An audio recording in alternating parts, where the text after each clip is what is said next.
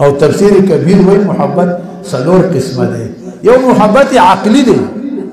یو اول محبت روحی دا د انبیاء علیهم السلام ده یو محبت عقلی دا د تاجرانو ده دې نه په ټلیفونو کې گاډي دار اولې دار اولې دا عقل نه دا کارو یو محبت قلبی دا د اولیاء ده او یو محبت نفسی دا د فساق و فجار ده دا هر علاقی چې شغف په الفلام دې به پیژني ولي پیژني محبت قلبی ده کنه ورته خدای دې زموږ اساس محبت د علماء سره د قران سره د طالبانو سره رسول الله صلی الله علیه وسلم تعالی وی واصبر نفسك مع الذين يدعون ربهم بالغداة والعشي يريدون وجه الله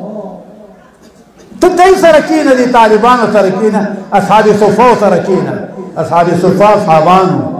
وطالبانو دي يو ذا نراغلي وبل ذا نراغلي وقرآن الزكو وناسو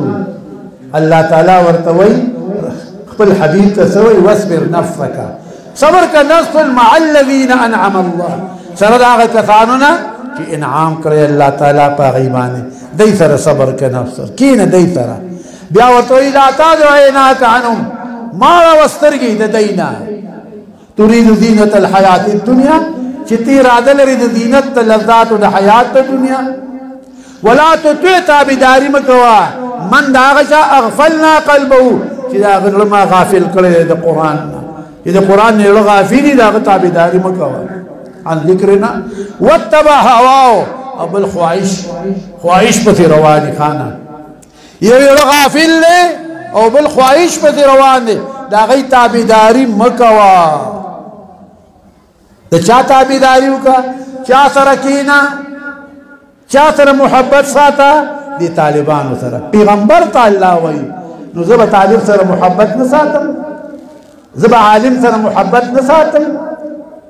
زما د دنیا او د نجات او د آخرت د نجات ذریعہ د علماء دی خانه الله تعالی دی موږ د علماء محبین وګرځي خانه او چې کوم خلق د علماء سره محبت نه ساتي او بدی شي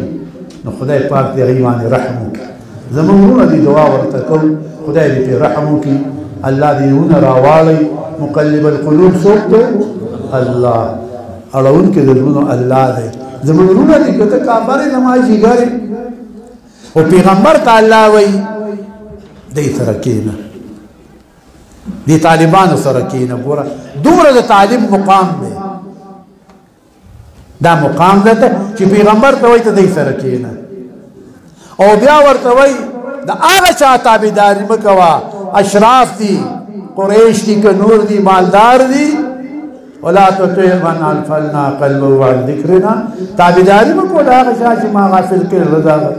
زما د کتاب نه د ذکر نه قران نه مزنا لا اله الا غافل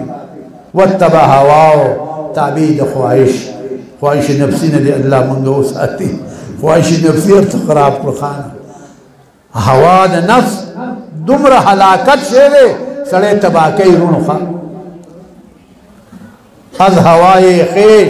در هر ملتی گشت هر قومی اسیر ذلتی د خواهش د نفس نه هر قوم اسیر ذلت ګرځیدل دي هر قوم اسیر ذلت د خواهشاتو نه ګرځیدل خواهش پرېږده خواهشات پرېږده استدې جب نشته دي